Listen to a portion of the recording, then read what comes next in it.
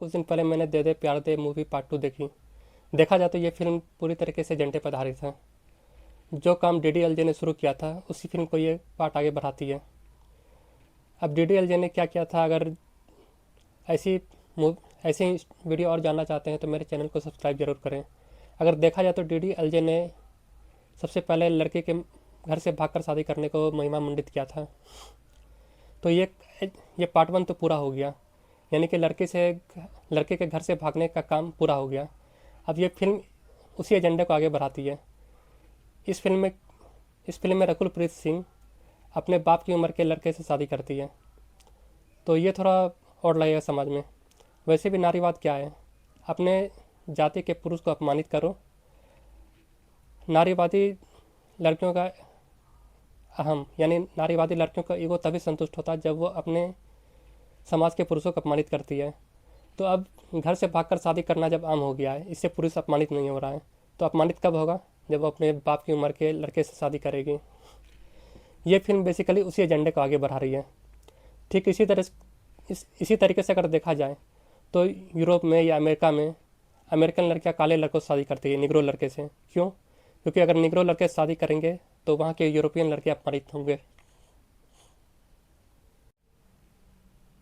इस फिल्म की नायिका यानी रकुल प्रीत सिंह अपने पिता के यहाँ अपने प्रेमी को ले जाती है।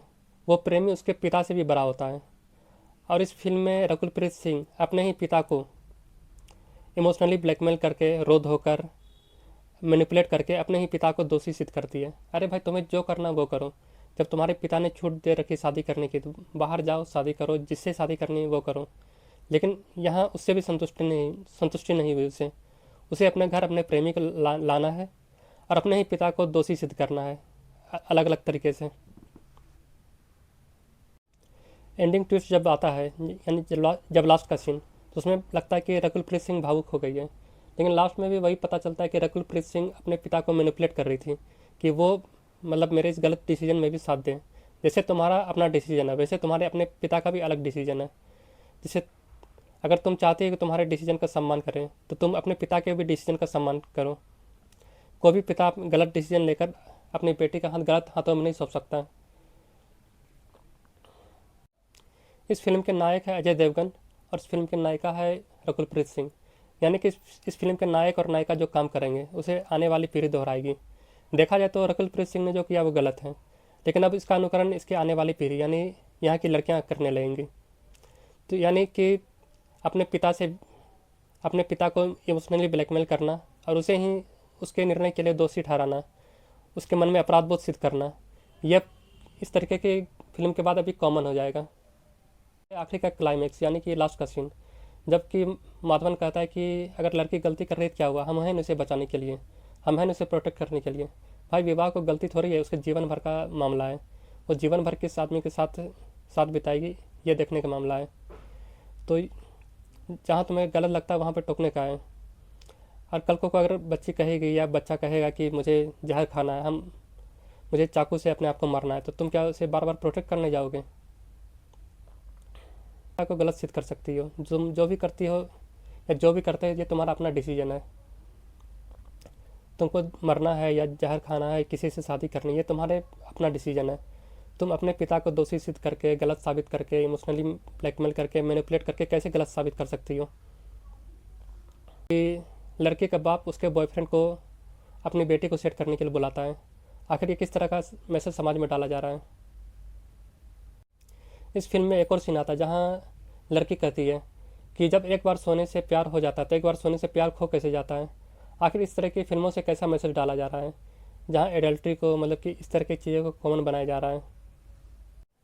क्या तुम अपने बाप से चिल्लाकर बात कर सकते हो? क्या तुम अपने बाप से बदतमीजी से बात कर सकते हो? क्या ऐसा करना सही है?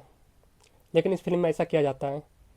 फिल्म की नायिका यानी रकुलप्रीत सिंह अपने बाप से बदतमीजी से बात करती है, उसे चिल्ला के बात करती है, क्योंकि उसका बाप उसके डिसीजन में साथ नहीं देता है।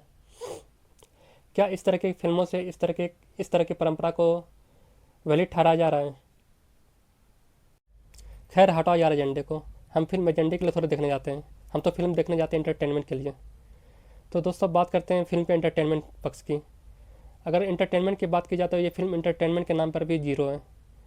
फिल्म का फर्स्ट हाफ कुछ हद तक आपको ठीक ठाक लगेगा, वो भी आर माधवन की एक्टिंग की वजह से। आर माधवन की एक्टिंग ही है जो फिल्म को कुछ हद तक बांधे रखती है। सेकंड हाफ में आते आते आपको उबकाई आने लगेगी, आप इधर उधर देखने लगेंगे कि चलो यार कब फिल्म खत्म हो। इस फिल्म में अगर एक्टिंग की बात की जाए तो आर माधवन फिर से इस फिल्म में भारी पड़ा अजय देवगन पे। इसका इमोशनल रोल, गुस्सा, कॉमेडी, संवेदनशीलता, हर जगह उसने अच्छी एक्टिंग की है। सिर्फ आर माधवन की एक्टिंग ही है जो दर्शकों को इस फिल्म में बांधे रखती है।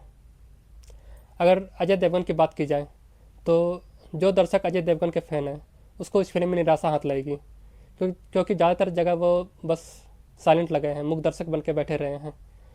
अजय देवगन अपने आँख से बोलने वाले इशारों के लिए जाने जाते हैं, जिसे उन्होंने इस इमोशनल रोल में बखूबी निभाया है। अगर रकुल प्रीत सिंह की एक्टिंग की बात करें तो रकुल प्रीत सिंह मॉडर्न लड़की के रोल में जची है। उसने बाप बेटी के प्यार और तकरार वाले रोल को अच्छे से निभाया है, लेकिन इमोशनल रोल में वो थोड़ा लाउड दिखी है। जावेद जाफरी के वन लाइनर भी ठीक ठाक हैं कुछ हद तक।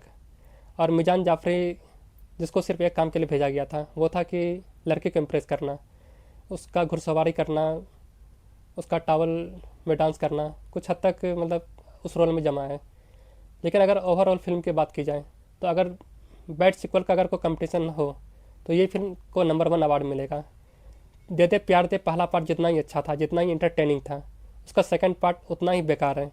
इसके इमोशन बिल्कुल फेक हैं, इसके जोक बिल्कुल फ्लैट हैं। इस फिल्म में हंसी बिल्कुल दिखावटी लगेगी, जैसा लगेगा कि आप ज़बरदस्ती हंस रहे हैं। और अगर इस फिल्म की स्टोरी की बात करें तो इस फिल्म की स्टोरी वही है जो मैंने आपको बता दिया है। अपने रोल को साबित करने के लिए, अपने डिसीजन को साबित करने के लिए अपने ही पिता को दोषी साबित करना, उसे इमोशनली ब्लैकमेल करके, उसे मैनिपुलेट करके उसे सही साबित करना। तो दोस्तों ये था इस फिल्म के रिव्यू। अगर आपको ये मूवी रिव्यू पसंद आया हो तो इस चैनल को सब्सक्राइब ज़रूर करें, वीडियो को लाइक करें और ज़्यादा से ज़्यादा शेयर करें।